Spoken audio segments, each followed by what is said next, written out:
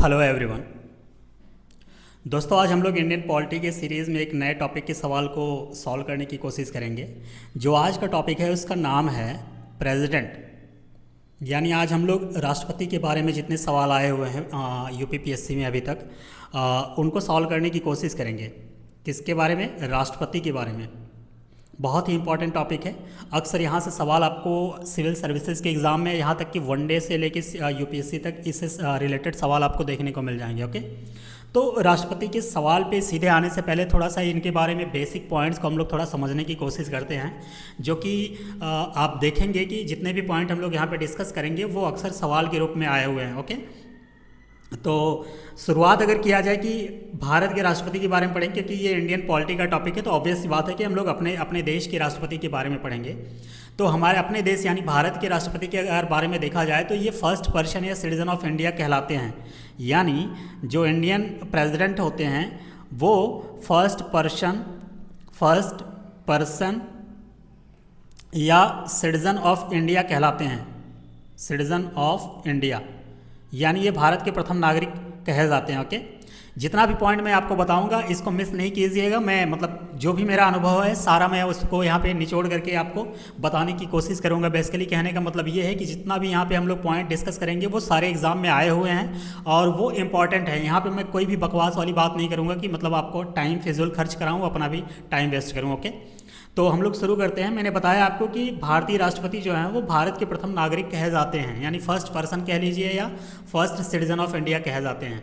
अगर इनके बारे में और पॉइंट देखा जाए तो ये कॉन्स्टिट्यूशनल हेड ऑफ स्टेट कहे जाते हैं। क्या कहे जाते हैं? Constitutional head of the state. Okay, यानी कहने का मतलब है कि ये संवैधानिक प्रमुख होते हैं। हमारे संविधान ने बेसिकली इनको वो पावर दे रखी है कि हमारे देश में अगर कोई कॉन्स्टिट्यूशनल हेड होगा वो प्रेसिडेंट होंगे। ओके, इसके अलावा अगर हम लोग देखें तो ये इनके नाम पर ऑल एग्जीक्यूटिव पावर जो होता है सभी इनके नाम पे लिया जाता है। यानी कहने का मतलब ये है कि जो आर्टिकल 53 कहता है कि संघ की जो कार्यकारी शक्ति होती है यानी executive power of the union जो होता है वो राष्ट्रपति में ही निहित होता है। ये पॉइंट आप लोग ध्यान में रखिएगा। इसके अलावा अगर हम लोग बात करें स्टूडेंट, थोड़ा सा इनकी क्वालिफिकेशन के बारे में बात करते हैं। प्रेसिडेंशियल क्वालिफिकेशन मैं लिख रहा हूँ यहाँ पे। क्वालिफिकेशन की किसी भी इंसान को जो प्रेसिडेंट बनना चाह रहे हैं या किसी भी प्रेसिडेंट को उनके लिए क्या क्या मिनिमम क्वालिफिकेशन की ज़रूरत होती है। क्वालिफिकेशन जो कि हमारे संविधान के आर्टिकल 58 में ये बात कही गई है। आर्टिकल 58 जितना भी आर्टिकल मैं आपको बताते चल रहा हूँ ये आप ध्यान में रखिएगा। अगर क्वालिफिकेशन की बात किया जाए स्टूडेंट कि हमारे देश में भारत में प्रेसिडेंट होने के लिए, प्रेसिडेंट बनने के लिए क्या क्या क्वालिफिकेशन की ज़रूरत होती है, तो पहला जो क्वालिफिकेशन ये होगा कि वो सिटीजन ऑफ इंडिया होने चाहिए। क्या होना चाहिए? सिटीजन ऑफ इंडिया उन्हें होना चाहिए, वो भारत के नागरिक उनको होना चाहिए।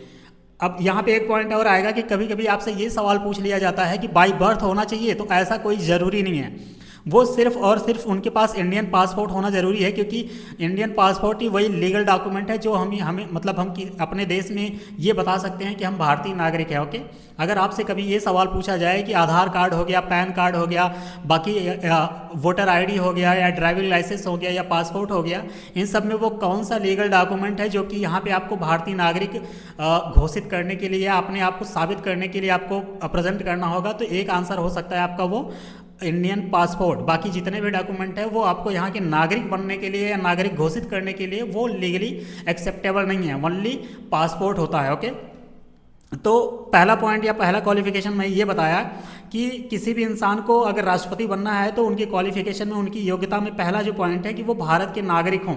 बाई बर्थ ऐसा कोई प्रावधान नहीं है, हमारे संविधान में ऐसा नहीं है, नॉट बाई बर्थ। ओके, यानी ये बिल्कुल नहीं है कि उनको भारत में ही पैदा होना ज़रूरी है। बस उनके पास जब वो चुनाव लड़ रहे हैं, इलेक्शन लड़ रहे हैं इंडियन प्रेसिडेंट का, तो उन्हें भारत का नागरिक होना बहुत ज़रूरी है। इसके अलावा अगर दूसरा क्वालिफिकेशन की हम लोग बात करें तो वो इंसान जो राष्ट्रपति का चुनाव लड़ रहा है उसे कम से कम 35 ईयर उनकी एज होनी चाहिए। 35 ईयर्स ऑफ एज, यानी मिनिमम जो एज रिक्वायरमेंट है किसी भी प्रेसिडेंट को, किसी भी इंसान को प्रेसिडेंशियल इलेक्शन लड़ने के लिए, तो वो कम से कम 35 साल उनकी उम्र होनी चाहिए। यही एज जो है वो उपराष्ट्रपति के केस में भी है, और यही जो एज है वो आपके राज्यपाल यानी गवर्नर के केस में भी है। यानी कहने का मतलब है कि अगर आप प्रेसिडेंट की बात कर लीजिए या वाइस प्रेसिडेंट की बात कर लीजिए या गवर्नर की बात कर लीजिए, तीनों जो पोस्ट है, तीनों पोस्ट के लिए जो मिनिमम एज की रिक्वायरमेंट है वो 35 ईयर्स है। ओके, ये पॉइंट आप लोग ध्यान में रखिएगा, कभी कभी आपको इस स्टेटमेंट में देकर टैकल करने की कोशिश करेगा एग्जामिनर। ओके, तो जितना पॉइंट मैं आपको बता रहा हूँ वो ध्यान रखिएगा। इसके अलावा अगर हम लोग इनके तीसरे क्वालिफिकेशन की बात करें, तो वो कैंडिडेट जो चुनाव लड़ना चाह रहा है राष्ट्रपति का, उसे मतलब वो लोकसभा का चुनाव लड़ने के लिए एलिजिबल हो, यानी कहने का मतलब वो क्वालिफाइड हो, मतलब ही are she qualified for becoming a member of Lok Sabha. Okay, तो ये सवाल आपसे कभी स्टेटमेंट में पूछ लिया जाए, दो स्टेटमेंट देखिए, ये पूछ ले कि जो राष्ट्रपति का चुनाव लड़ रहे हैं उनको लोकसभा के मतलब एज अ लोकसभा कैंडिडेट के रूप में अगर देखा जाए, मतलब कहने का मतलब ये है कि वो लोकसभा चुनाव लड़ने के लिए उपयुक्त होना चाहिए, तो बिल्कुल सही है। अगर आपसे सवाल ये स्टेटमेंट में पूछ ले कि राष्ट्रपति को चुनाव लड़ने के लिए वो राज्यसभा का चुनाव लड़ने के लिए एलिजिबल होना जरूरी है, तो नहीं, ये गलत हो जाएगा, क्योंकि राज्यसभा का जो चुनाव लड़ने के लिए एलिजिबल कैंडिडेट होंगे वो वाइस प्रेसिडेंट होंगे, उपराष्ट्रपति होंगे, लेकिन जो राष्ट्रपति साहब या राष्ट्रपति महोदया होंगी वो लोकसभा का चुनाव लड़ने के लिए एलिजिबल होना चाहिए उनको। ओके, तो ये तीसरा पॉइंट ये है कि वो लोकसभा के चुनाव लड़ने के लिए क्वालिफाई होना चाहिए, लोकसभा, ये पॉइंट आप ध्यान रखिएगा।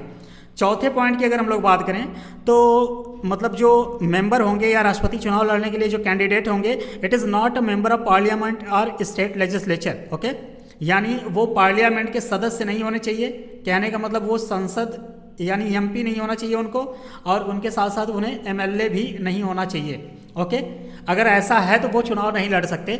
यानी कहने का मतलब है कि कोई एमपी या एमएलए चुनाव नहीं लड़ सकता, नहीं लड़ सकता है, लेकिन उसको पहले रिजाइन देना होगा अपने सांसदीय या अपने विधायकी के सीट से। ओके, इसके बाद वो चुनाव लड़ सकता है। और पांचवा पॉइंट ये है कि राष्ट्रपति का चुनाव लड़ने वाला कैंडिडेट किसी ऑफिशियल या ऑफिस ऑफ प्रॉफिट वाले पोस्ट पे नहीं बैठा हो, कहने का मतलब है कि किसी केंद्र सरकार के या किसी राज्य सरकार के या किसी लोकल बॉडीज़ के पोस्ट पर जो सरकारी हो, जो कि हमारे संविधान में वो चीज़ मतलब प्रोहिबिट करता हो, रोकता हो किसी राष्ट्रपति को चुनाव लड़ने से, उन सारे पदों पर अगर वो इंसान है तो वो राष्ट्रपति का चुनाव नहीं लड़ सकता। यानी किसी भी ऑफिस ऑफ प्रॉफिट पे किसी भी कैंडिडेट को नहीं होना है। तो ये मुख्यतः अगर आप देख पा रहे होंगे तो ये पांचवा में लिख ही दे रहा हूँ आपको, ऑफिस ऑफ प्रॉफिट पे नहीं होना चाहिए, ऑफिस ऑफ प्रॉफिट।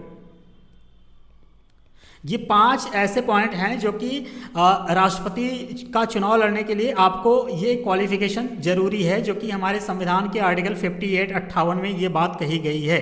ओके, अब हम लोग थोड़ा सा इस पॉइंट को और आगे मूव करते हैं। जैसे कि इलेक्शन प्रोसेस ऑफ प्रेसिडेंट होता है, जो कि अक्सर आपको बहुत ही एग्जाम में देखने को मिलेगा। इलेक्शन प्रोसेस ऑफ प्रेसिडेंट को मैं शॉर्टकट में लिख दे रहा हूँ कि मतलब किसी भी राष्ट्रपति के चुनाव लड़ने के लिए क्या क्या आप देखेंगे कि जो प्रोसेस होते हैं, किस किस प्रोसेस के थ्रू किसी प्रेसिडेंट के इलेक्शन को लड़ा जा सकता है। तो सबसे पहले पॉइंट ये जानिए कि जब भी कोई राष्ट्रपति चुना जाता है तो उनके लिए कम से कम ये 5 साल के लिए ये पद होता है, 5 ईयर्स के लिए वो राष्ट्रपति बनते हैं। चाहे वो ही या शी या मतलब कोई मेल या फीमेल कैंडिडेट जब भी राष्ट्रपति का चुनाव जीतते हैं तो वो कम से कम 5 साल के लिए उस पद पर रहते हैं, बशर्ते मैं यहाँ पे जोर दे के कह रहा हूँ कि उस इंसान का डेथ ना हो, या वो इंसान रिजाइन न करे, या वो इंसान कॉन्स्टिट्यूशनल जो प्रोविजंस हैं उसका मिसयूज न करे। यानी कहने का मतलब है कि इम्पीचमेंट यानी महाभियोग उस इंसान मतलब उस पद पर राष्ट्रपति के ऊपर न लाया जाए। तो 3 ऐसे सिनेरियो आपको देखने को मिलेंगे कि राष्ट्रपति को उसके पद से हटा दिया जाएगा। कैंडिडेट एक ही है, क्योंकि ऑफिस मतलब इम्पीचमेंट वाला जो प्रोसेस है उसी के द्वारा उनको हटाया जा सकता है। लेकिन जो बाकी दोनों हैं यानी वो उनका अगर डेथ हो गया तो कोई बात ही नहीं हो, तो मतलब जब बॉडी ही नहीं तो कहाँ से कोई मतलब उस पद पे रहेगा। ओके, अगर वो मतलब राष्ट्रपति जी का अगर डेथ हो गया उस सिनेरियो में, या उन्होंने रिजाइन कर दिया अपने पद से उस सिनेरियो में, या उनके ऊपर इम्पीचमेंट लाया गया, महाभियोग लाया, जो कि एक संवैधानिक प्रक्रिया है। अभी आगे हम लोग उसके बारे में जब सवाल करेंगे तो डिटेल में समझने की कोशिश करेंगे कि जो कि हमारे आर्टिकल 61 में ये बात कही गई है, इम्पीचमेंट ऑफ प्रेसिडेंट। तो 3 सिनेरियो आपको देखने को मिलेगा जब राष्ट्रपति अपने पद से हटाया जा सकता है। ओके, तो जब भी राष्ट्रपति कोई चुना जाता है तो वो कम से कम 5 साल के लिए बनता है और राष्ट्रपति का चुनाव एक इलेक्टोरल कॉलेज के प्रोसेस के थ्रू होता है। जब भी राष्ट्रपति का चुनाव होता है तो इलेक्टेड मेंबर ऑफ पार्लियामेंट, कहने का मतलब है कि जितने भी हमारे लोकसभा में और राज्यसभा में इलेक्टेड मेंबर होते हैं वो उस चुनाव में भाग लेते हैं। इसके अलावा जहाँ जहाँ आप देखेंगे हर राज्य से जो लेजिस्लेटिव असेंबली होती है यानी विधानसभा होता है, वहाँ से जो जो इलेक्टेड मेंबर होते हैं, कहने का मतलब जो एमएलए चुन के आते हैं, ये सभी लोग उसमें पार्टिसिपेट करते हैं। इसके अलावा अगर मैं बात करूं तो 2 यूनियन टेरिटरीज हैं, एक हो गया आपका दिल्ली, एक हो गया आपका पुदुचेरी। इन दोनों जगहों से जो एमएलए होते हैं वो भी राष्ट्रपति के चुनाव में पार्टिसिपेट करते हैं, एक्सेप्ट जम्मू कश्मीर एंड लद्दाख। जम्मू कश्मीर और लद्दाख में भी आप देखेंगे, जम्मू कश्मीर में भी स्पेसिफिकली अगर आप देखेंगे तो विधानसभा है, लेकिन अभी तक वहाँ के मेंबर इसमें पार्टिसिपेट नहीं करते। ये पॉइंट ध्यान में रखिएगा। तो कहाँ कहाँ के लोग करते हैं मैं आपको बता दे रहा हूँ, जस्ट अ मिनट। या पार्लियामेंट यानी आप कह लीजिए कि जितने इलेक्टेड एमपी हो गए, मेंबर ऑफ पार्लियामेंट हो गए, या जितने एमएलए हो गए, मेंबर ऑफ लेजिस्लेटिव असेंबली हो गए, ये पूरे राज्य के।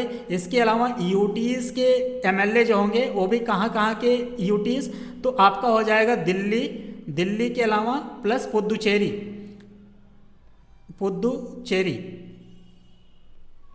जिसे हम लोग पहले पौंडीचेरी के नाम से जानते थे। तो ये 3 कैंडिडेट मतलब 3 लोग ऐसे हैं जो कि राष्ट्रपति के चुनाव में भाग लेते हैं, लेकिन ये सभी लोग इलेक्टेड होना चाहिए। ओके, यानी जितना भी मेंबर मैंने आपको बताया ये इलेक्टेड कैंडिडेट होने चाहिए, ना कि ये नॉमिनेटेड कैंडिडेट प्रेसिडेंट के इलेक्शन में भाग नहीं ले सकते। ये बहुत ही इंपॉर्टेंट पॉइंट मैं आपको बता रहा हूँ। इस पॉइंट को आप लोग ध्यान में रखिएगा कि इलेक्टेड जो मेंबर होते हैं वही सिर्फ पार्टिसिपेट करते हैं राष्ट्रपति के चुनाव में। बाकी नॉमिनेटेड मेंबर, यानी नॉमिनेटेड इन द सेंस ये है कि ना तो जो नॉमिनेटेड सांसद होते हैं वो भाग ले सकते हैं, ना तो किसी राज्य में जो नॉमिनेटेड एमएलए होते हैं वो भाग ले सकते हैं, ना ही जो दिल्ली या पुदुचेरी में नॉमिनेटेड एमएलए होते हैं वो भाग ले सकते हैं। ओके, इसके अलावा एक पॉइंट आप यहाँ पे और नोट कर लीजिएगा कि जितने लेजिस्लेटिव काउंसिल हैं, यानी कहने का मतलब है कि जो विधान परिषद होते हैं, जहाँ जहाँ आज के समय में अगर भारत में देखा जाए तो 6 राज्य ऐसे हैं जहाँ पे 2 हाउस है, द्विसदनात्मक है, बाईकैमरलिज्म है। यानी एक तो विधानसभा हो गया, एक विधान परिषद हो गया। तो विधानसभा का तो मैंने बता दिया, लेकिन विधान परिषद के जितने भी मेंबर हैं, चाहे वो कोई भी राज्य हो, वहाँ के लोग इसमें भाग नहीं ले सकते। मैं यहाँ पे लिख ही दे रहा हूँ, नॉट लेजिस्लेटिव काउंसिल के मेंबर, लेजिस्लेटिव काउंसिल, ये मेंबर भी इसमें पार्टिसिपेट नहीं कर सकते। तो सिंपली मैंने आपको बताया कि प्रेसिडेंट के चुनाव में इलेक्टेड सांसद भाग ले सकते हैं, सभी राज्यों के इलेक्टेड एमएलए भाग ले सकते हैं, और पुदुचेरी और दिल्ली के जो इलेक्टेड मतलब आप कहते हैं उसको विधायक, वो भाग ले सकते हैं। बाकी जितने भी नॉमिनेटेड विधायक हैं, नॉमिनेटेड सांसद हैं, वो भाग नहीं ले सकते। और जितनी लेजिस्लेटिव काउंसिल है यानी विधान परिषद के जो मेंबर हैं वो भी भाग नहीं ले सकते। इतना पॉइंट आप लोग ध्यान में रखिएगा। इसके अलावा जो ये पुदुचेरी और दिल्ली के मेंबर हैं, ये 70वें संविधान संशोधन के तहत, जो कि 1992 में हुआ था, फिर इनको जाके ऐड किया गया था। ओके, तो इतना पॉइंट जो मैंने आपको बताया ये ध्यान रखिएगा। इसके अलावा थोड़ा पॉइंट और हम लोग जानने की कोशिश करते हैं राष्ट्रपति से संबंधित। राष्ट्रपति का जब कैंडिडेट नॉमिनेट होता है किसी इलेक्शन के लिए, यानी प्रेसिडेंशियल इलेक्शन के लिए, तो उसके साथ कम से कम 50 इलेक्टर ऐसे होने चाहिए जो कि प्रपोजर्स के रूप में काम करने चाहिए। 50 प्रपोजर्स होने चाहिए, प्रपोजर्स, और इसके साथ साथ 50 सेकेंडर्स भी होने चाहिए। अभी आगे ये सवाल आएगा तो मैं आपको डिटेल में बता दूंगा। अभी आप इतना समझिएगा कि जब भी कोई इंसान या राष्ट्रपति का चुनाव लड़ता है तो उसके साथ, हर एक कैंडिडेट के साथ कम से कम 50 प्रपोजर इलेक्टर होने चाहिए, और 50 जो होते हैं वो सेकेंडर होने चाहिए। इसके साथ साथ हर एक मेंबर, जितने भी लोग राष्ट्रपति का चुनाव लड़ रहे हैं, वो आरबीआई में कम से कम 15,000 की सिक्योरिटी हर एक कैंडिडेट डिपॉजिट करेगा। ओके, तो इतना पॉइंट आप लोग ध्यान में रखिएगा। इसके अलावा अगर हम लोग देखें तो प्रेसिडेंट जो होता है ओनली कॉन्स्टिट्यूशनल हेड होता है of union and state executive. Okay, राष्ट्रपति को कुछ और बेनिफिट मिलता है कि he is not answerable, he or she is not answerable to any court of law. इसके अलावा अगर हम लोग बात करें तो कोई क्रिमिनल प्रोसीडिंग उनके अगेंस्ट नहीं किया जा सकता जब तक कि वो अपने ऑफिस में हैं, यानी जब तक वो राष्ट्रपति हैं उनके खिलाफ कोई भी क्रिमिनल प्रोसीडिंग्स किसी भी कोर्ट में नहीं लाया जा सकता, ना ही उन्हें अरेस्ट किया जा सकता है, ना ही उन्हें जेल हो सकती है। ये कुछ प्रिविलेजेस हैं जो कि राष्ट्रपति को मिली हुई है। ओके, इसके अलावा अगर हम लोग बात करें तो मैंने ये पॉइंट आपको बता ही दिया कि जो प्रेसिडेंट का ऑफिस है वो तीन तरीके से खाली हो सकता है। पहला मैंने आपको बताया था कि उनका डेथ हो जाए, दूसरा मैंने बताया था कि वो रिज़ाइन कर दें अपनी पोस्ट से, तीसरा मैंने बताया था कि रिमूव्ड बाय इम्पीचमेंट यानी महाभियोग के दौरान, जो कि एक कॉन्स्टिट्यूशनल प्रोसीजर है। ओके, ये आर्टिकल 61 हमारे संविधान में इम्पीचमेंट ऑफ प्रेसिडेंट की बात करता है। ओके, इसके अलावा अगर देखा जाए तो जो इम्पीचमेंट होता है वो दोनों हाउस में लाया जा सकता है पार्लियामेंट के, यानी लोकसभा में भी उसको पेश किया जा सकता है या राज्यसभा में। ओके, इसके अलावा अगर हम लोग बात करें तो जो भी नया राष्ट्रपति बनेगा, सपोज कीजिए कि कोई कैंडिडेट राष्ट्रपति है और वो उनका टेन्योर अगले 6 महीने में ख़त्म होने वाला है, तो जब भी किसी राष्ट्रपति का जो कार्यकाल होता है वो समाप्त होने के 6 महीने पहले ही किसी नए राष्ट्रपति का चुनाव करा लिया जाता है। ओके, ये पॉइंट आप ध्यान में रखिएगा। कितना पहले? 6 मंथ पहले, 6 महीने पहले ही नए राष्ट्रपति को चुन लिया जाता है। ओके, इसके अलावा अगर देखा जाए स्टूडेंट तो हमारा आर्टिकल 53 ये कहता है कि प्रेसिडेंट को कई तरीके की पावर दी गई है, जैसे कि मिलिट्री पावर हो गया, एग्जीक्यूटिव पावर हो गया, इसके अलावा अगर हम लोग देखें लेजिस्लेटिव पावर हो गया, जुडिशियल पावर हो गया, डिस्क्रिटरी पावर हो गया, इमरजेंसी पावर हो गया, इसके अलावा अगर हम लोग देखें तो वीटो पावर हो गया। तो ये जितने भी पावर आपको मैंने बताया हूँ, जैसे जैसे सवाल आता जाएगा मैं आपको बताता चलूँगा। यहाँ पर अगर एक ही साथ सारा मैं आपको बता दूंगा तो मेरे जितनी ये वीडियो जो है काफ़ी लेंदी हो जाएगा, आप लोग भी बोर हो जाओगे। तो जितना भी इसमें PYQs आए हैं, जैसे जैसे सवाल पूछता जाएगा मैं आपको हर एक कॉन्सेप्ट को समझाने की कोशिश करता चलूँगा। ओके, तो ये कुछ बेसिक चीज़ हो गई। इसके अलावा पिछले वाले यानी UPPCS 2025 में एक सवाल पूछ लिया था ऑर्डर के बेस पे कि कौन से प्रेसिडेंट पहले आए थे, कौन से, एक मतलब बेसिकली कहने का मतलब है कि एक ऑर्डर के बेस पे सवाल पूछा था। अगर आप लोग PYQs को उठाएंगे 2025 के पेपर को तो वो सवाल आपको मिलेगा और आप ये देख पाएंगे कि किस तरीके का सवाल फ्रेम किया हुआ था। ओके, यहाँ पर मैं कुछ आपको आर्टिकल्स बता दे रहा हूँ, जस्ट अ मिनट में थोड़ा सा इसको मिटा दूँ जिससे हमें थोड़ा सा ये लिखने में आसानी हो जाए। ओके, तो यहाँ पे मैं थोड़ा सा आपको आर्टिकल बताने की कोशिश कर रहा हूँ जो कि हमारे प्रेसिडेंट से संबंधित है। एक एक करके देखते हैं। पहले आर्टिकल 52 की बात करते हैं। आर्टिकल 52 क्या कहता है कि प्रेसिडेंट ऑफ इंडिया यानी भारत में एक राष्ट्रपति होगा। इसके अलावा हम लोग देखें आर्टिकल 53 है जो यूनियन एग्जीक्यूटिव पावर की बात करता है। आर्टिकल मैं ऐसे सिंपली आपको बताते चल रहा हूँ, आप बस ध्यान से सुनिएगा। जब भी आपको पढ़ने का मन करे या आपको समझ में ना आए तो आप जस्ट गूगल कीजिएगा कि articles related to president, automatic आपके सामने वो आर्टिकल खुलेंगे, उसको एक बार रिवाइज कर लीजिएगा। यहाँ पे सुनने के बाद ऑटोमेटिक आपको जितना भी पॉइंट है वो समझ में आता चला जाएगा। ओके, आर्टिकल 54 की अगर हम लोग बात करें तो प्रेसिडेंट का इलेक्शन कैसे होगा उस प्रोसीजर की बात करता है। आर्टिकल 55 की अगर हम लोग बात करें तो method of electing the president की बात होता है, यानी कैसे किस तरीके से प्रेसिडेंट को इलेक्ट किया जाता है, उसका मेथड क्या है। आर्टिकल 56 की अगर हम लोग बात करें तो ये कहता है कि प्रेसिडेंट का टेन्योर कितना होना चाहिए। आर्टिकल 57 की अगर हम लोग बात करें तो ये कहता है कि जो री इलेक्शन का क्वालिफिकेशन है वो क्या होना चाहिए। आर्टिकल 58 की अगर हम लोग बात करें तो वो कहता है कि qualification for election as a president की बात कर रहा है। आर्टिकल 59 ये कहता है कि condition of tenure of president की बात कर रहा है। आर्टिकल 60 जो कहता है वो कहता है कि प्रेसिडेंट क्या ओथ ले रहे हैं उनके बारे में बात करता है। आर्टिकल 61 अभी मैंने आपको बताया कि इम्पीचमेंट प्रोसेस की बात करता है प्रेसिडेंट के। ओके, तो ये जितने हैं। इसके अलावा अगर आर्टिकल 62 की बात करें तो ये time period of election of for filling of the vacant seat of the president की बात करता है, यानी कितने समय तक वो राष्ट्रपति का पद जो है खाली है, इससे संबंधित कुछ पॉइंट है। ओके, तो ये जैसे जैसे आर्टिकल आपको एग्जाम मतलब इस सवाल में देखने को मिलते जाएंगे, मैं आपको हर एक आर्टिकल को डिटेल में समझाने की कोशिश करता चलूँगा। यहाँ पे मैंने एक चार्ट आपको प्रोवाइड कर दिया है जो कि 2025 के अगर आप प्रीलिम्स को पेपर को उठा के देखेंगे तो इन्हीं में से सवाल आया हुआ था। वो list of president of India from 1950 से 2022 तक, यानी जो पहले राष्ट्रपति थे अपने, जिनका नाम था डॉक्टर राजेंद्र प्रसाद जी, उनसे लेकर के जो अभी करंट में जो अपनी राष्ट्रपति हैं अपने देश की द्रौपदी मुर्मू जी, यहाँ तक ये एक लिस्ट दिया हुआ है, तो एक ऑर्डर में मैं आपको सिर्फ बता दे रहा हूँ, इसे आप खुद से कर लीजिएगा, क्योंकि अगर मैं यहाँ पे इसको बताने लगूंगा तो बहुत डिटेल में आपका टाइम वेस्ट हो जाएगा। ओके, तो पहले राष्ट्रपति थे डॉक्टर राजेंद्र प्रसाद जी, जो कि 1950 से 1962 तक इस देश के पहले राष्ट्रपति थे। इसके अलावा इसके बाद जो सेकंड थे ओके डॉक्टर सर्वपल्ली राधाकृष्णन जी थे। इसके बाद आए तीसरे डॉक्टर जाकिर हुसैन जी, चौथे आए वराहगिरी वेंकटैया गिरी, मतलब इसके बाद वापस यही वराहगिरी वेंकटैया गिरी आए वापस। अंत में ये मतलब अगले आए जो नीलम संजीवा रेड्डी, फिर ज्ञानी जैल सिंह आए, फिर रामास्वामी वेंकट रमन जी आए, फिर इसके बाद अगर देखें तो शंकर दयाल शर्मा जी आए, फिर KR नारायणन जी आए, फिर APJ अब्दुल कलाम जी आए थे, फिर प्रतिभा पाटिल जी आई थी, फिर प्रणब मुखर्जी जी आए थे। इसके बाद फिर रामनाथ कोविंद जी आए थे, और जो अभी करंट टाइम में जो इनकम्बेंट आप कह लीजिए कि प्रेसिडेंट हैं वो हैं द्रौपदी मुर्मू जी। ओके, जो कि 2022 से मतलब इस पद पर बनी हुई हैं। तो ये कुछ लिस्ट है बेसिकली, इसको एक बार आप रिवाइज कर लीजिए। अक्सर इसके ऑर्डर को आप लोग थोड़ा सा ध्यान में रखिएगा, चाहे जिस तरीके से आपको मेमोराइज करने की हो या निमोनिक्स बनाना हो, आप अपने तरीके से इसको ध्यान में रखिएगा। ओके, हम लोग मूव करते हैं आज के लेक्चर के पहले सवाल की तरफ।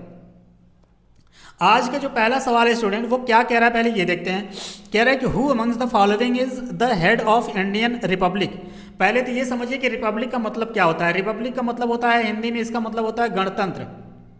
भारत जो कि एक गणतंत्र है, जो कि हमारे प्रेम्बल में देखेंगे तो sovereign, socialist, secular, democratic and Republic, ये पांचों वर्ड जो है एक ऑर्डर में आपको मैंने बता रखा है प्रेम्बल वाले टॉपिक में। अगर आप देखे नहीं है तो उसको जाके वापस आप वॉच कर सकते हैं। ओके, तो रिपब्लिक का मतलब होता है गणतंत्र। इसका अगर लिटरल मीनिंग देखा जाए तो इसका मतलब है कि उस देश का हेड ऑफ स्टेट जो है वो इलेक्ट होता है, ना कि हेरिडेटरी होता है। जैसे अगर इंग्लैंड का केस एग्जाम्पल के रूप में लिया जाए तो इंग्लैंड में क्या होता है कि जो वहाँ का हेड होता है वो मोनार्की के बेस पे होता है, वहाँ मोनार्कियल सिस्टम है। लेकिन अपने यहाँ क्या है, रिपब्लिकल सिस्टम है, यानी डेमोक्रेटिक सिस्टम है। कहने का मतलब ये है कि यहाँ की जो जनता होती है वो अपने हेड ऑफ स्टेट को चुनती है, यानी अपने देश के मुखिया को चुनती है। लेकिन इंग्लैंड के केस में क्या है कि वहाँ का जो हेड ऑफ स्टेट होता है हेरिडेटरी होता है, वहाँ पे बेसिकली आनुवंशिकता के बेस पे चला आ रहा है। अगर आज हम हैं वहाँ के राजा तो कल मेरा बच्चा होगा, इसके बाद अगले उसके बच्चे का बच्चा होगा। उस सीन में जो बनता है हेरिडेटरी वो इंग्लैंड में चलता है। लेकिन अपने भारत में क्या चलता है, अपने भारत में ये चलता है कि यहाँ का जो हेड ऑफ स्टेट होगा, यानी अपने देश का जो मुखिया होगा वो चुना जाएगा। यही रीजन है कि India is a republic, Bharat एक गणतंत्र है। ओके, और बेसिकली अगर देखा जाए तो हमारे देश में जो राष्ट्रपति होते हैं उनका चुनाव कैसे होता है, तो इनडायरेक्ट इलेक्शन सिस्टम के थ्रू होता है। इनडायरेक्ट इलेक्शन सिस्टम के बेस पे होता है। इनडायरेक्ट इलेक्शन सिस्टम का मतलब यह है कि जैसे सपोज कीजिए हम लोग किसी सांसद को या MLA को वोट देते हैं। एग्जाम्पल के तौर पे मैं आपको यहाँ बता देता हूँ, सपोज ये MP है, ये MLA हो गए। ओके, तो हम लोग क्या करते हैं, जो जनता होती है, जनता अपने एक रिप्रेजेंटेटिव को चुनती है अपने अपने अकॉर्डिंग, अपने अपने पसंद के अनुसार, चाहे वो कोई भी पार्टी हो। हमें पार्टी से कोई लेना देना नहीं है। सिंपली कहने का मतलब ये जनता हुई वो अपने कैंडिडेट को चुनी, MP और MLA को। अब यही MP MLA जो होता है आगे चल करके राष्ट्रपति के चुनाव में पार्टिसिपेट करते हैं। तो बेसिकली आप डायरेक्ट नहीं हो रहा है, आप देख रहे हो। अगर ये डायरेक्ट यहाँ से जनता राष्ट्रपति के चुनाव में अगर डायरेक्ट वोट करती तो उसे डायरेक्ट इलेक्शन कहते हैं। लेकिन ऐसा होता नहीं है। होता क्या है कि पहले वो हमारे देश की जो जनता है पहले ही अपना एक रिप्रेजेंटेटिव चुनती है, जैसे MLA हो गया या MP हो गया। ये लोग आगे चल करके प्रेसिडेंट के इलेक्शन में चुनाव लेते हैं अपने पार्टी के या अपने सपोर्ट के अकॉर्डिंग। तो जो हमारे यहाँ राष्ट्रपति का चुनाव होता है वो इनडायरेक्ट इलेक्शन सिस्टम के थ्रू होता है। ओके, तो यहाँ पे सवाल क्या कह रहा है कि who amongst the following is the head of Indian Republic, यानी भारतीय गणतंत्र का जो हेड है वो कौन है। President of India, prime minister of India, cabinet या political head along with the council of minister. तो मैंने आपको बताया कि जो हमारे देश के राष्ट्रपति होते हैं वो इस देश के हेड ऑफ इंडियन रिपब्लिक कहे जाते हैं। बेसिकली कहने का मतलब हेड होते हैं, प्रथम नागरिक होते हैं, कॉन्स्टिट्यूशनल हेड होते हैं। तो इसका करेक्ट आंसर हो जाएगा आपका ऑप्शन नंबर A। ओके, अगले सवाल पे मूव करते हैं। अगला सवाल ये कह रहा है student, consider the following statement. दो असर्शन और रीजन स्टेटमेंट दे रखा है। पहला क्या कह रहा है कि president of India is different from the British king. President of India और ब्रिटिश किंग में डिफरेंस होता है, तो देख लेते हैं होता है कि नहीं है। प्रेसिडेंट ऑफ इंडिया की अगर बात करें तो प्रेसिडेंट ऑफ इंडिया जो है वो इनडायरेक्टली इलेक्ट होते हैं, इनडायरेक्टली इलेक्ट होते हैं। ओके, लेकिन जो ब्रिटिश किंग होते हैं वो मोनार्कियल बेस पे होते हैं, यानी वो हेरिडिटी के बेस पे होते हैं। कहने का मतलब है वो आनुवंशिक बनते हैं, लेकिन अपने देश के जो प्रेसिडेंट होते हैं वो इनडायरेक्टली इलेक्ट होते हैं। इसी यही रीज़न है कि हम लोग मतलब इंडिया जो है एक रिपब्लिक देश है। ओके, ये अलग हो गया तो ये बात है डिफरेंट होते हैं, तो बात सही है कि ये बिल्कुल डिफरेंट होते हैं, यानी असर्शन तो सही है, लेकिन रीजन क्या कह रहा है कि office of Indian president is similar to the American. नहीं, ये बात गलत है कि जो भारतीय राष्ट्रपति का जो ऑफिस है और अमेरिका के राष्ट्रपति का जो ऑफिस है वो सिमिलर है, ऐसी बात नहीं है, क्योंकि वहाँ पे प्रेसिडेंशियल रूल चलता है, अपने यहाँ डेमोक्रेटिक रूल चलता है। तो रीज़न ये है कि जो अमेरिकन राष्ट्रपति होते हैं वो बहुत पावरफुल होते हैं कंपेयर टू इंडियन प्रेसिडेंट के। तो ये आपका रीज़न जो है ये आपका गलत हो जाएगा। तो यहाँ पे ए सही है लेकिन आर गलत है, तो इसका स्टेटमेंट आपका आ जाएगा ऑप्शन नंबर सी। तो इसका करेक्ट आंसर हो जाएगा ऑप्शन नंबर सी, क्योंकि पहला जो स्टेटमेंट असर्शन जो कथन है वो तो सही है, लेकिन रीजन जो कह रहा है वो आपका गलत हो जाएगा। अगले सवाल पे चलते हैं। अगला सवाल कह रहा है student given below are two statement, एक असर्शन है और एक रीजन है। तो असर्शन क्या कह रहा है पहले उसको देख लेते हैं। असर्शन ये कह रहा है कि the union executive is headed by the president of India. यही तो आर्टिकल 53 कह रहा था। आर्टिकल 53 क्या कह रहा है? यही तो कह रहा है कि जो यूनियन एग्जीक्यूटिव हैं उन्हें अपने देश में प्रेसिडेंट हेड करते हैं। बात सही है ये, लेकिन रीजन क्या कह रहा है कि there is no limitation on the power of president. ऐसी बात नहीं है, लिमिटेशन होती है। रीजन ऐसा नहीं है कि मतलब राष्ट्रपति के पास अखंड पावर होती है, ऐसा नहीं है। तो आर्टिकल 74 जो होता है, आर्टिकल 74 क्लॉज 1, उसके तहत अगर देखा जाए तो काउंसिल ऑफ मिनिस्टर जो होते हैं उनकी सलाह पर जो होते हैं वो प्रेसिडेंट अपना काम करते हैं। ऐसा नहीं है कि मनमाने तरीके से जो उनके मन में आया वैसा करते हैं, ऐसा नहीं है।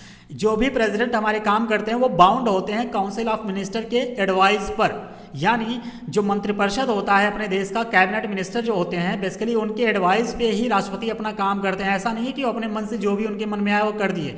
तो संविधान राष्ट्रपति की शक्तियों पर सीमाएं लगाता है, ऐसा नहीं है कि वो टोटली फ्री हैं। तो बेसिकली जो रीजन है वो आपका गलत हो जाएगा।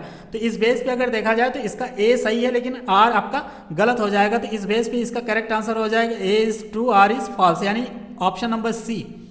क्वेश्चन नंबर 3 का करेक्ट आंसर हो जाएगा ऑप्शन नंबर सी। जो भी पॉइंट मैं बता रहा हूं आपको मैं उम्मीद करता हूं कि आपको समझ में आ रहा होगा। अगले सवाल पे चलते हैं। ये कह रहा है कि which one of the following article of the constitution vest the executive power of union in the president. तो एग्जीक्यूटिव पावर की बात कर रहा है तो आर्टिकल 53 होगा। कितनी बार मैंने बताया कि आर्टिकल 53 का क्लॉज 1 जो है वो यही बात करता है। क्या बात करता है कि संघ की जो कार्यकारी शक्ति होती है यानी executive power of the union वो राष्ट्रपति में निहित होती है। तो इसका करेक्ट आंसर आपका हो जाएगा आर्टिकल 53। तो जहां भी होगा वही होगा आपका। ये है आपका 4 का ऑप्शन नंबर सी जो है वो करेक्ट आंसर हो जाएगा। आर्टिकल 51 क्या बात करता है ये हम लोगों ने ऑलरेडी पढ़ रखा है, तो मैं जस्ट यहाँ पे रिपीट कर दे रहा हूँ। आर्टिकल 51 जो है वो promotion of international peace and security की बात करता है। इंटरनेशनल पीस एंड सिक्योरिटी ये बात करता है कौन? आर्टिकल 51 जो कि है डीपीएसपी का पार्ट। ओके, और आर्टिकल अगर 52 की बात करें तो आर्टिकल 52 क्या कहता है कि प्रेसिडेंट ऑफ इंडिया यानी भारत में एक राष्ट्रपति होना है या राष्ट्रपति की जरूरत है या एक राष्ट्रपति होता है। ओके, आर्टिकल 53 मैंने आपको बता ही दिया। आर्टिकल 54 क्या कहता है कि प्रेसिडेंट का इलेक्शन किस बेस पे होगा, यानी election of president. Election of president ये कहता है कि प्रेसिडेंट। ओके, तो उम्मीद करते हैं ये चारों आर्टिकल मैं आपको समझाने की कोशिश किया हूँ, आपको समझ भी आया होगा। ओके, जैसे जैसे ये आर्टिकल 52 से लेके जितने भी आगे के आर्टिकल आपको देखने को मिलेंगे, जैसे जैसे आता जाएगा मैं आपको समझाता चलूंगा। ओके, तो इसका करेक्ट आंसर हो जाएगा ऑप्शन नंबर सी, आर्टिकल 53। अगले सवाल पे मूव करते हैं। अगला सवाल ये कह रहा है स्टूडेंट सॉरी कि given below are two statement दिया है in which one is label assertion दिया है, एक रीजन दिया है। कहने का मतलब है कि यहाँ पे असर्शन रीजन का सवाल आ रहा है। और असर्शन क्या कह रहा है? The constitution vest the executive power of union in the president of India. देखिए कितनी बार ये पॉइंट आ रहा है। आर्टिकल 53 जो है वो कई बार पूछ लिया, जितने सवाल हैं ऑलमोस्ट सभी में ये पॉइंट पूछा गया, तो ये सही है। रीजन क्या कह रहा है? The president of India is constitutional head of state. ये बात सही है, बिल्कुल सही है, क्योंकि जो प्रेसिडेंट होते हैं उन्हें कॉन्स्टिट्यूशनल हेड ऑफ स्टेट कहा जाता है। ओके, तो यहाँ पे अगर देखा जाए तो दोनों सही है और दोनों सही है। इसके अलावा जो रीज़न है तो वो बेसिकली क्या कर रहा है, उसको करेक्टली एक्सप्लेन कर रहा है, यानी both A and R are true and R is correctly explain the assertion. तो बात सही है इसका, तो इसका करेक्ट आंसर आपका हो जाएगा ऑप्शन नंबर सी।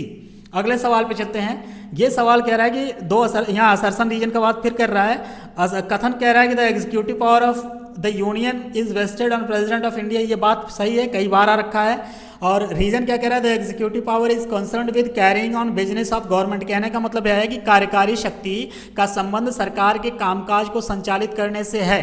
ओके, तो बात ये भी सही है, क्योंकि हमारे संविधान के आर्टिकल 77 में एक बात कही गई है। आर्टिकल 77 क्या कहता है, इसके अनुसार अगर देखा जाए तो भारत सरकार की सभी कार्यकारी कार्यवाहियां जो हैं वो राष्ट्रपति के नाम से की जाएंगी। बात सही है, यानी इसका कथन भी सही है और कारण भी सही है। तो कथन और कारण सही है, लेकिन ये करेक्टली इसको एक्सप्लेन नहीं कर पा रहा है, तो इस वजह से इसका करेक्ट आंसर हो जाएगा आपका both A and R true R is not the correct explanation of A. Okay, तो ऑप्शन नंबर बी जो है वो करेक्ट इसका आंसर हो जाएगा। अगले सवाल पे मूव करते हैं। ये कह रहा है कि असर्शन और रीजन का सवाल यहाँ पे फिर से आ गया है। ये कह रहा है कि supreme command of the defence forces is vested in the president of India. ये बात सही है, यानी रक्षा बलों की जो सर्वोच्च कमान होती है वो राष्ट्रपति में निहित होती है। बात सही है कि नहीं, ये बात सही है। रीजन क्या कह रहा है, the president's power as commander in chief are independent of legislative control.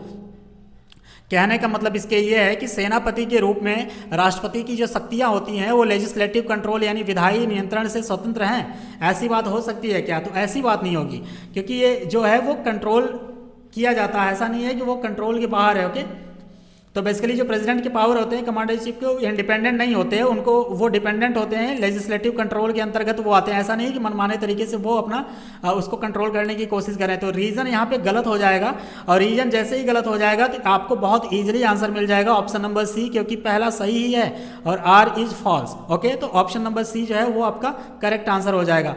अगले सवाल पे मूव करते हैं। ये कहना चाह रहा है कि he represents the nation but does not lead the nation, this dictum applies to whom of the following. कहने का मतलब इसके यह है कि वह राष्ट्र का प्रतिनिधित्व तो करता है लेकिन राष्ट्र का नेतृत्व नहीं करता। ये जो लाइन दे रखा है इसका मतलब क्या है कि वह राष्ट्र का प्रतिनिधित्व तो करता है, वह राष्ट्र का प्रतिनिधित्व करता है but does not lead the nation, लेकिन वो राष्ट्र का नेतृत्व नहीं करता। ये बात सही होती है हमारे प्रेसिडेंट साहब को लेकर के, क्योंकि वो हमारे देश के मुखिया तो होते हैं लेकिन वो हमारे देश की सरकार को मतलब नहीं चलाते, क्योंकि हमारे देश की जो सरकार रियल पावर अगर देखा जाए, रियल पावर अपने देश में तो वो प्राइम मिनिस्टर के पास होती है। हमारे देश में अगर भारत की बात किया जाए तो यहाँ पे रियल पावर जो है वो प्रेसिडेंट मतलब प्राइम मिनिस्टर के पास होती है, लेकिन नॉमिनल जो पावर होती है, नॉमिनल पावर ये प्रेसिडेंट के पास होती है। कहने का मतलब है जितने भी काम किए जाते हैं वो प्रेसिडेंट के नाम से किए जाते हैं, लेकिन जो रियल पावर होती है वो प्राइम मिनिस्टर के पास होती है। तो इस पर्टिकुलर सवाल का जो करेक्ट आंसर हो जाएगा वो प्रेसिडेंट हो जाएगा, क्योंकि वो कहना क्या चाह रहा है, वो कह रहा है कि वह राष्ट्र का प्रतिनिधित्व तो करता है लेकिन राष्ट्र का नेतृत्व नहीं करता है। तो ये कथन जो है वो प्रेसिडेंट साहब पे लागू होती है। इसका correct answer option number B हो जाएगा। अगले सवाल पे मूव करते हैं। यहाँ पे कथन और कारण का सवाल आ रखा है। असर्शन क्या कह रहा है, the president of India is elected by indirect election. मैंने अभी पिछले कुछ सवाल पहले ही बताया कि ये इनडायरेक्टली इलेक्ट होते हैं, बात सही है। रीजन क्या कह रहा है कि there is a provision for electoral college consisting of elected member of the both house of the parliament and elected member of legislative assemblies of the state. ये भी बात सही है, यानी 9th का अगर देखें, 9th का ये भी सही है और ये भी सही है, क्योंकि मैंने आपको बताया था कि जो इलेक्टोरल कॉलेज होते हैं बेसिकली प्रेसिडेंट के चुनाव में, तो वो इलेक्टेड, ये पॉइंट ध्यान रखिएगा, इलेक्टेड एमपी होते हैं, इसके अलावा इलेक्टेड एमएलए होते हैं, और इलेक्टेड एमएलए कहाँ के, यूटी पुदुचेरी और दिल्ली के होते हैं। तो बेसिकली यहाँ पे नॉमिनेटेड का कोई रोल नहीं है। तो यहाँ क्या कह रहा है कि there is a provision of electoral college, यानी निर्वाचक जो मंडल है उसकी व्यवस्था के अनुसार, जिसमें संसद के दोनों सदनों के निर्वाचित सदस्य यानी इलेक्टेड मेंबर होंगे, वो चाहे लोकसभा हो चाहे राज्यसभा। इसके अलावा अगर देखा जाए तो राज्यों की जो विधानसभा के निर्वाचित सदस्य होते हैं वो शामिल होते हैं। तो ये बात भी बिल्कुल सही है। इस हिसाब से ए भी सही है और आर भी सही है, और ये इसको करेक्टली एक्सप्लेन भी कर रही है। ओके, 9 का करेक्ट आंसर हो जाएगा ऑप्शन नंबर सी। अगले सवाल पे मूव करते हैं। ये क्या कहना चाह रहा है ये देख लेते हैं। कि कह रहा है, ये सवाल कह रहा है कि which one of the following is not correct regarding presidential election. यानी इनमें से कौन सा राष्ट्रपति चुनाव के संबंध में सही नहीं है? पहला ऑप्शन क्या कह रहा है, election of the successor must be held before the expiry of the term of incumbent president. Okay, कहने का मतलब है कि जो उत्तराधिकारी का चुनाव वर्तमान राष्ट्रपति के कार्यकाल की समाप्ति से पहले होना चाहिए। बात सही है? तो ये बात बिल्कुल सही है। ऑप्शन बी क्या कह रहा है, the president shall hold office for a term of 5 years from the date on which he enters upon his office. कहने का मतलब इसके ये है कि राष्ट्रपति अपने पदभार ग्रहण करने की तिथि से 5 वर्ष के कार्यकाल के लिए पद पर बने रहेंगे। ये बात सही है? तो बिल्कुल मैंने अभी शुरुआत में ही लेक्चर के बताया कि राष्ट्रपति जो हैं वो 5 साल के कार्यकाल के लिए बनाए जाते हैं। ओके, बस 3 सिनेरियो ऐसा आता है जब उनको वहाँ अपने पद से हटाया जा सकता है, जब 5 साल से कम में। एक तो डेथ हो गया, एक रेजिग्नेशन हो गया, एक इम्पीचमेंट प्रोसीजर हो गया। ओके, तो ये ऑप्शन नंबर बी भी आपका करेक्ट हो जाएगा। ऑप्शन सी क्या कह रहा है कि on the expiration of his term he continues to hold office until his successor enter upon his office. कहने का मतलब ये है कि अपने कार्यकाल की समाप्ति पर वे अपने उत्तराधिकारी यानी जो नए राष्ट्रपति चुन के आए हैं उनके पदभार ग्रहण करने तक पद पर बने रहेंगे। ये बात सही है? तो बिल्कुल सही है, क्योंकि वो तब तक बने रहेंगे जब तक नया राष्ट्रपति अपने पदभार को ग्रहण नहीं कर लेता, यानी अपनी कुर्सी पे नहीं आ जाते वो, तब तक वो उस पद राष्ट्रपति के पद पर बने रहेंगे। तो ये बात भी बिल्कुल सही है। ऑप्शन डी क्या कह रहा है कि president selection may be postponed on the ground that electoral college is incomplete. कहने का मतलब है कि राष्ट्रपति चुनाव को इस आधार पर स्थगित किया जा सकता है कि निर्वाचक मंडल अपूर्ण नहीं, ऐसी कोई प्रावधान नहीं। अगर सपोज कीजिए कि निर्वाचक इलेक्टोरल कॉलेज इनकम्प्लीट है तो जो वहाँ पे होगा वो बेसिकली कह लीजिए कि वो जस्ट अ मिनट, तो जैसे भी वो अगर इलेक्टोरल कॉलेज जो है वो कंप्लीट होगा तो उसे उस चुनाव में पार्टिसिपेट करने ही नहीं दिया जाएगा, यानी कहने का मतलब है कि वो भाग ही नहीं ले पाएगा। तो यहाँ पे ऑप्शन डी जो है वो प्रेसिडेंशियल इलेक्शन के लिए सही नहीं है। इसका करेक्ट आंसर हो जाएगा ऑप्शन नंबर डी। अगले सवाल पे चलते हैं। ये कह रहा है कि minimum number of electors needed to be proposers of the presidential candidate. मैंने आपको बताया क्लास के शुरुआत में ही कि राष्ट्रपति पद के उम्मीदवार के लिए जो प्रस्तावक यानी प्रपोजर बनने के लिए आवश्यक न्यूनतम मतदाताओं की संख्या कितनी होनी चाहिए।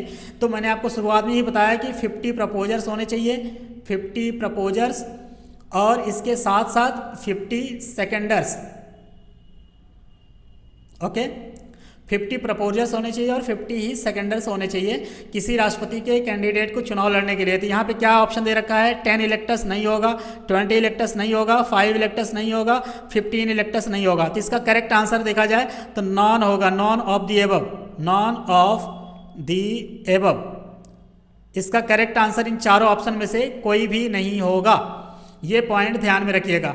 हुआ यूँ था कि राष्ट्रपति एवं उपराष्ट्रपति चुनाव अधिनियम जो 1952 के अनुसार अगर देखा जाए तो राष्ट्रपति पद के लिए किसी व्यक्ति के नामांकन हेतु कम से कम 50 मतदाताओं का प्रस्तावक होना आवश्यक है। प्रस्तावक मतलब प्रपोजर। और नामांकन पत्र के समर्थन में अतिरिक्त 50 मतदाताओं का अनुमोदक यानी सेकेंडर्स के रूप में होना आवश्यक है। और ये जो प्रोसेस है ये 1997 से पहले ये प्रस्तावकों और समर्थककर्ताओं की जो संख्या थी वो 10 थी। 1997 के बाद से ये 50 कर दी गई है। ओके, तो इसमें कोई भी आंसर इसका करेक्ट नहीं है। अगले सवाल पे मूव करते हैं।